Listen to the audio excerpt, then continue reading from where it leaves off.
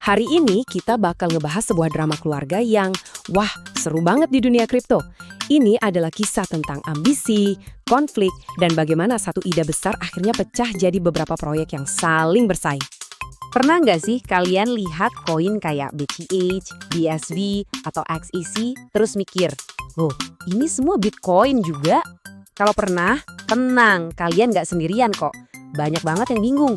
Nah, di sini kita akan jawab pertanyaan itu dan memetakan silsilah keluarga Bitcoin yang rumit ini.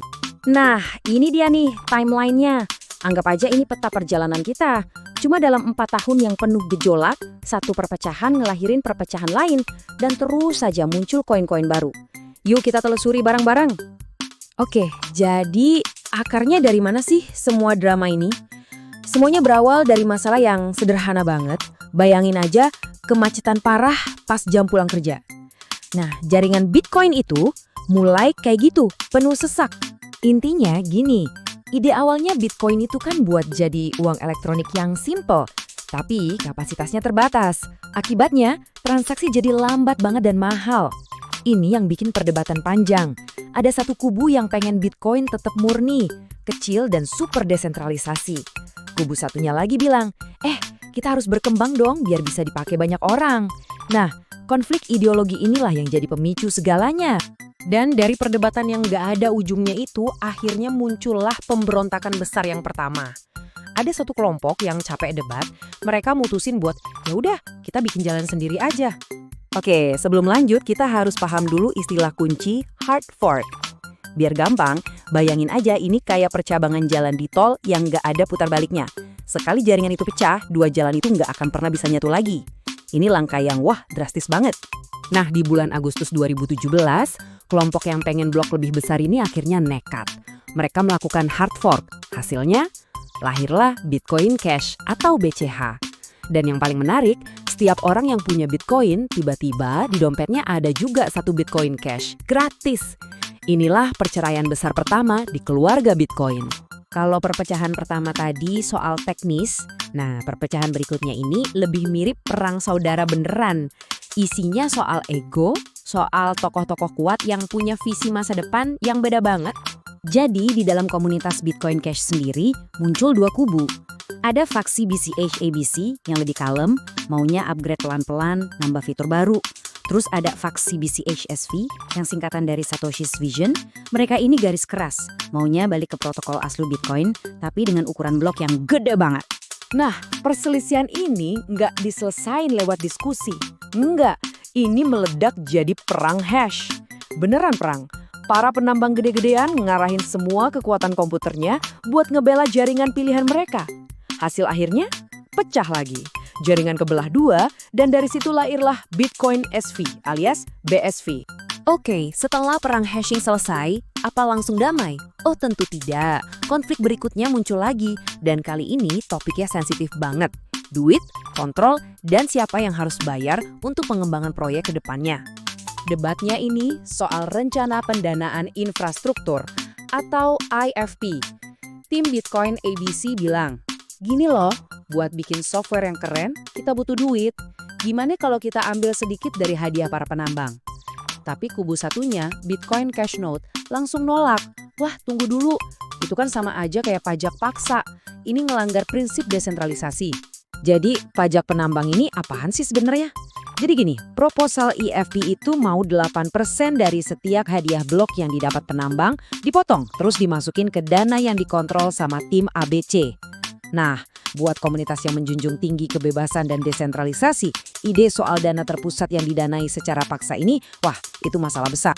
Kutipan dari Andrew Stone, salah satu developer, ini ngerangkum semuanya dengan pas banget. Dia nggak ngelihat ini sebagai dana pengembangan, dia ngelihatnya sebagai awal dari pemerintahan BCH yang terpusat, sesuatu yang jelas-jelas bertentangan sama semangat awal Bitcoin.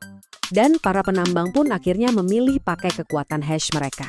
Hasilnya, jelas banget. Lebih dari 80% nolak pajak itu. Ya, secara ekonomi masuk akal banget sih. Siapa coba penambang yang mau pendapatannya dipotong 8% kalau mereka bisa pindah ke jaringan lain yang nggak ada potongannya kan? Ujung-ujungnya, di bulan November 2020, jaringannya pecah lagi. Jaringan utama yang didukung mayoritas penambang tetap pakai nama Bitcoin Cash. Terus gimana nasib tim Bitcoin ABC? Ya, mereka kayak diusir dari rumah. Mereka ditinggalin sendirian sama jaringan minoritas mereka, yang sekarang namanya jadi BCA. Dukungannya kecil banget. Nah, disinilah ceritanya mulai berbelok. Buat BCH, ini bukan lagi soal menangin debat ideologi. Ini soal gimana caranya bertahan hidup, nggak mati. Jadi narasinya berubah. Dari konflik jadi perjuangan buat bangkit lagi. Jadi rantai minoritas itu bahaya banget loh. Penambangnya sedikit, jaringannya jadi lambat, dan yang paling parah, nggak aman. BCH waktu itu posisinya di ujung tanduk. Bisa jadi nggak relevan sama sekali, atau lebih buruk lagi, kena serangan. Ancaman paling nyata yang mereka hadapi itu namanya serangan 51%. Gampangnya, kalau ada penyerang yang bisa ngumpulin lebih dari setengah kekuatan hashing jaringan, dan ini jauh lebih gampang dilakuin di jaringan kecil, mereka bisa ngendaliin semuanya. Bisa ngeblok transaksi, bisa ngabisin koin yang sama 2 kali. Kepercayaan hancur. Nah, buat BCH, ini ancaman yang sangat-sangat nyata. Karena udah mepet banget, mereka ngambil langkah yang super berani.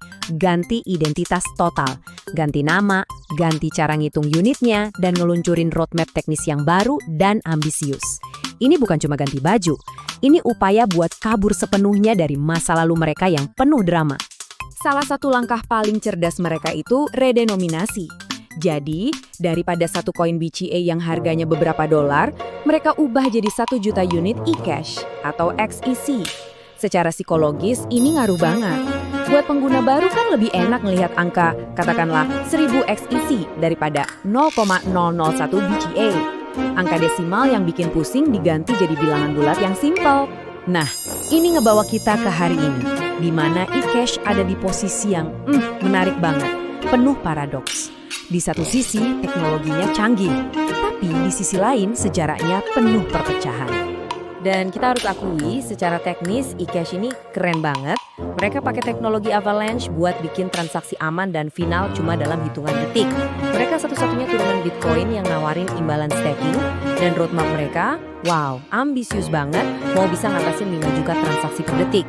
Dan sampailah kita di pertanyaan pamungkas.